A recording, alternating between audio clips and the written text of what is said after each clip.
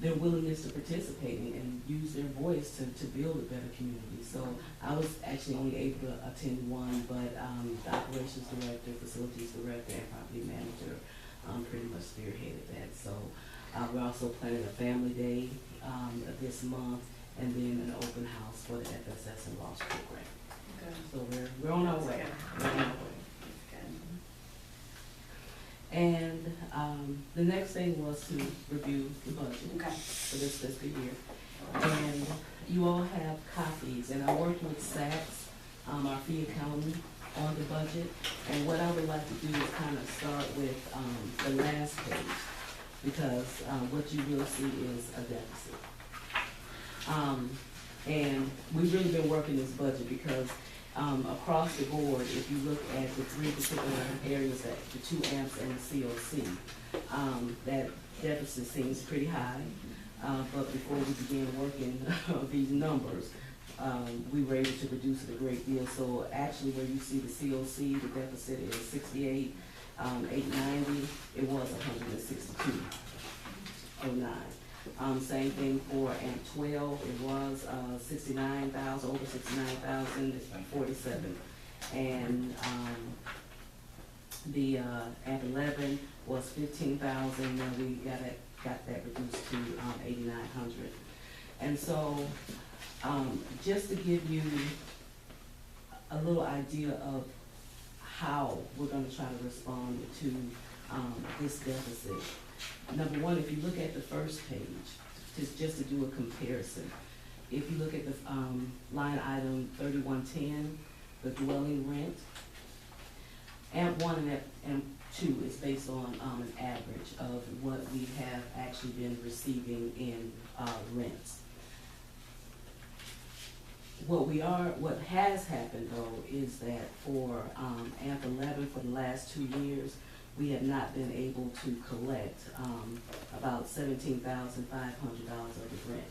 And so we've actually been assessing what's going on, and we've been making contacts. Now this is the same amount 2 years in a row. Now that could be because we had about 50 vacant units.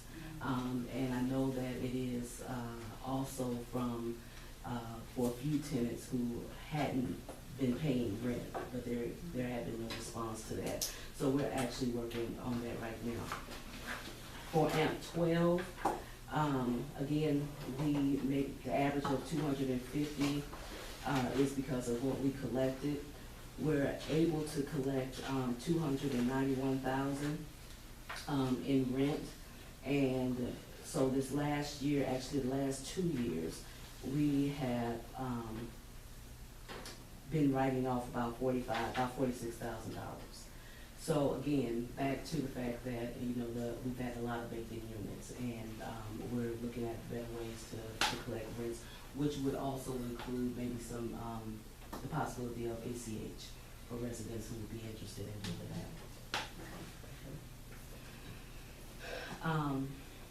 So that's some income that we are looking to see increase over the next year.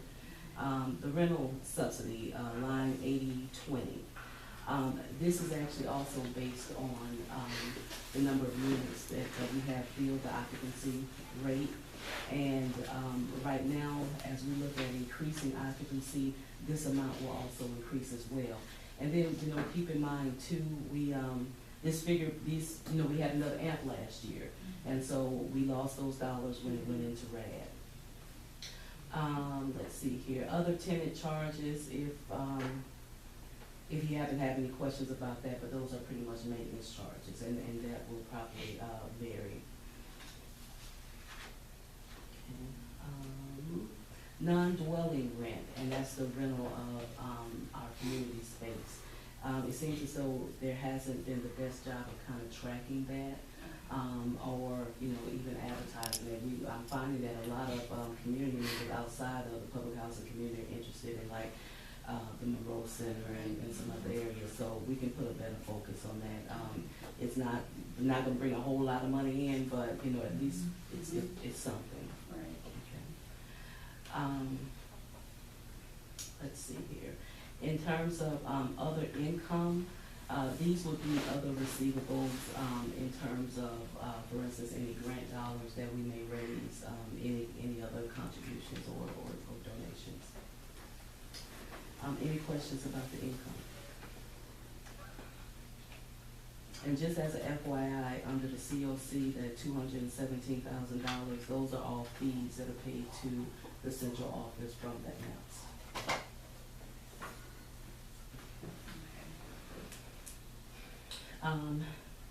Administrative salaries,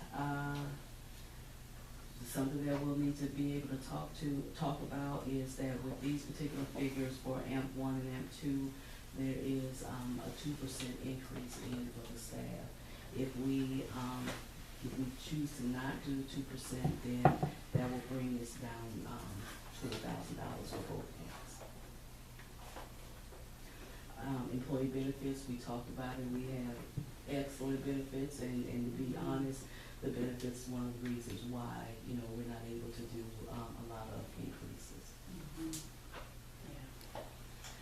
Administrative service contracts, this is just pretty much additional support that we would need, let's say from 3Rock Technology, or I've also been using a consultant, Amy Kale, who's providing support with the FSS administration of the FSS grant. We did reduce these line items quite a bit from last year, but it is based on an average, and I don't necessarily see that we might use all of that. And please, if there's a particular line item that you want me to discuss, let me know. I just highlighted some particular areas. Line 4410, that's maintenance and labor salaries for both AMPs, as well as resident services salaries that go in there. So they're split. So for instance, for tenant selection and recertification, their salaries are split across the AMPs.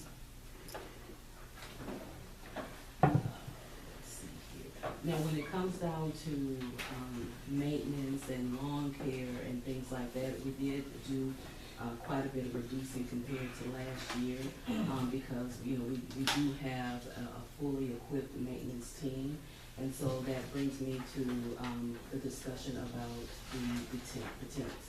We do plan on reducing temp service even more. Lawn care is a necessity for the summer, and that support that we have is very helpful in covering all those sites. But we're looking at that as only being seasonal, and we're actually looking at a small contract, which would be substantially less than what we pay for a full-time temp to be here to do some janitorial services. And for the unit turnaround, we're able to, because we have some units that are in very, very bad shape, we're able to use some of the capital dollars, which is not in this particular budget, to respond to the needs in that particular area. So, in addition to the staff, the maintenance staff that they're doing unit turnaround.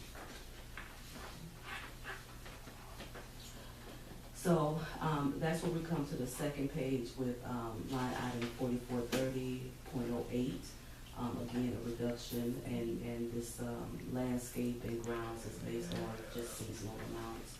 Unit turnaround is for those units that we cannot pay for out of the capital budget, and that is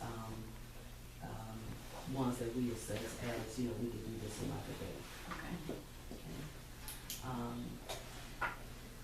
4433, that's employee benefits just for the maintenance staff.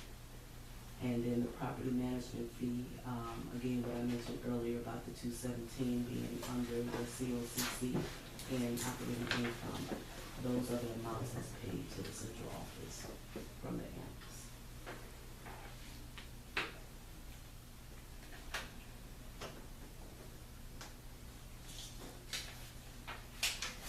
Any questions? You were talking about a 2% increase. Are you projecting that, or with the high cost of benefits? Well, it's currently for, not for anyone that's in admin. So for instance, anyone who's been here less than a year, we didn't project a 2% increase. Okay. But think that at this point, like I said, it's in the budget right now. Okay, It's been a while, right. it's my understanding, but yeah, wonderful insurance. I mean, it's just really, it's, Yeah, yeah. and can you kind of explain what benefits they do get out of the insurance that they have right now? Well, for the employees, for medical, dental, we pay 100%. We pay a very minimum amount. You might have to tell me the amount for the spouse. Do you know offhand? Let me have it here.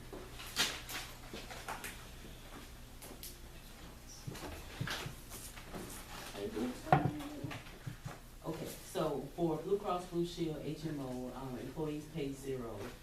For the spouse, they pay $2.78 per pay period. For employee plus child, $3.38 per pay period. And then for family, $6.61 per pay period. Medical, if they have medical traditional instead, it's still not that much. $0 for the employee, $9 for employee and spouse, $9.26 for employee and child, and $15.73 for family. So, Okay, yeah. okay.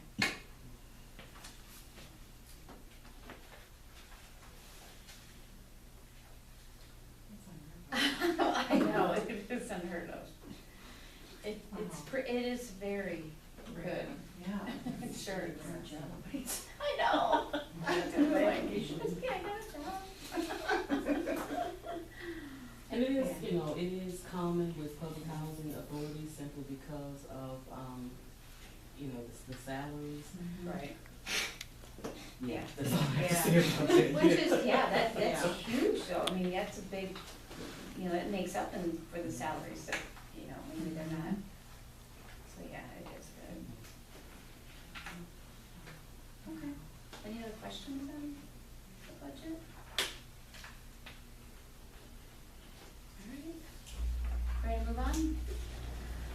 To old business, the financial audits. Oh, we don't, we can't vote on it today, can we? No, because it wasn't on as approval, for approval. But we could hold, has to hold a special meeting for it if it has to be, it needs to be done, You just need 4 people. yeah. So we can hold a special meeting to get it approved. So, well, and one thing that I would suggest, if you have any other questions about the budget, let us know, because we do need to get it. Right. Yeah. Okay.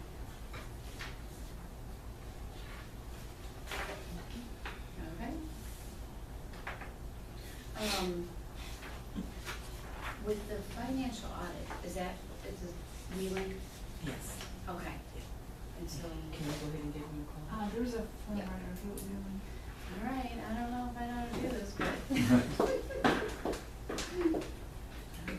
Yeah, yeah, start with Jordan, yeah. I'm starting a little too much like P, like,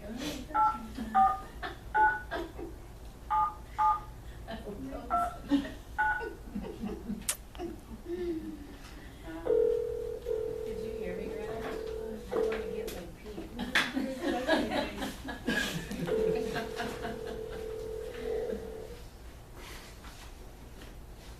You want to tell them? Hey, this is Paul. Hi, Paul? Yes, hi. Hi, this is Chairperson Smith Norman with the Housing Authority of Freeport. How you doing? Great, how you doing? Pretty good. Well, we are ready for you. Oh, great. Can you hear me okay? Yeah. Oh, good, I'm on my cell phone. Speak. Yeah, let's see.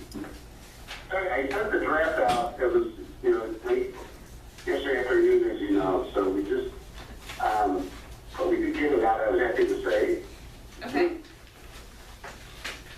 Do you have a copy of it available to review with me? Yes, everyone has a copy, Paul. This is for that. Oh, great, okay. Well, as you know, this is actually our 6th sixth year doing the audit, so we've become pretty familiar with everything. But this past year, the year that we did, obviously it was complicated by the RAD conversion. It added some complexity in terms of how to report everything and what to do with it. But, you know, as you may know already, you know, the audit itself is actually dictated by the Office of Management and Budget, because if there's federal funds involved and it's a state or local government unit or a nonprofit organization, then the Single Audit Act prevails. So really what we do here is we're doing two audits generally. We're doing an audit of the financial statements, and then we're also doing an audit of compliance with the major federal programs.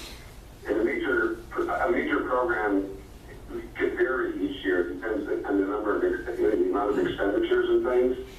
But generally, it's programs over $750,000. So in your case, it would be the capital funds program and the regular low-income housing program.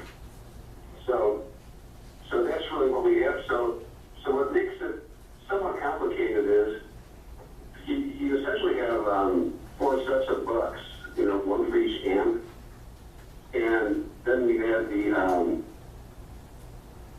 business activities. There's different components, and each one is like its own set of books. So, on the top page of the financial statements, which is what we send to HUD, if you look on page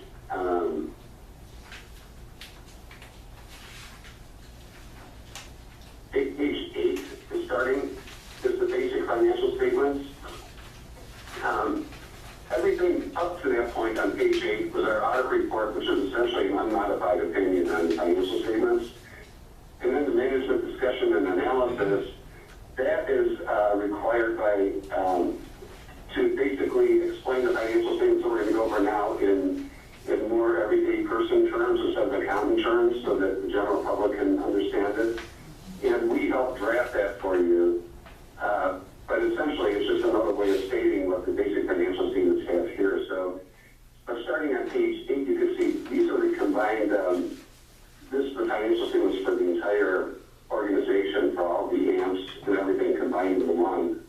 And this is what we upload to HUD, essentially.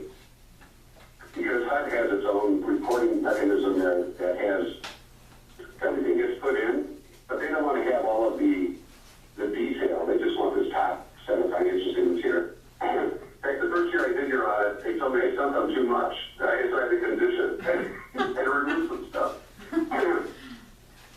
But you can see on, you know, at March 31 of 17, rather, you know, you're in pretty strong financial condition, really, you know, and you know, the big difference between this year and last year is what happened with the RAD.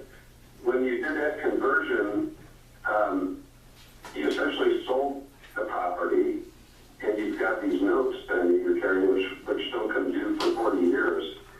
So if you look on page 8 there, the total current assets is $1,310,000. If you see that, that's primarily your cash on the top line, and then right below that, those are the notes receivable that are due. There's 2 notes there. There's one that's due to the Housing Authority for like the $3.8 million, and then there's like a $7.2 million note that's due to your nonprofit organization that was formed to accomplish the tax credits and things. You know, it's complicated financing. So essentially what we did is we said the nonprofit organization is now a blended component unit. It's its own column. And really what it's doing is it's just holding those notes on your behalf. From the one note, I should say, the $7.2 million. So you can see that your capital assets there are down quite a bit because we basically removed, you know, the RAD property from your financial statements. And then if you go down a little bit farther, you can see that your liabilities and everything are very comparable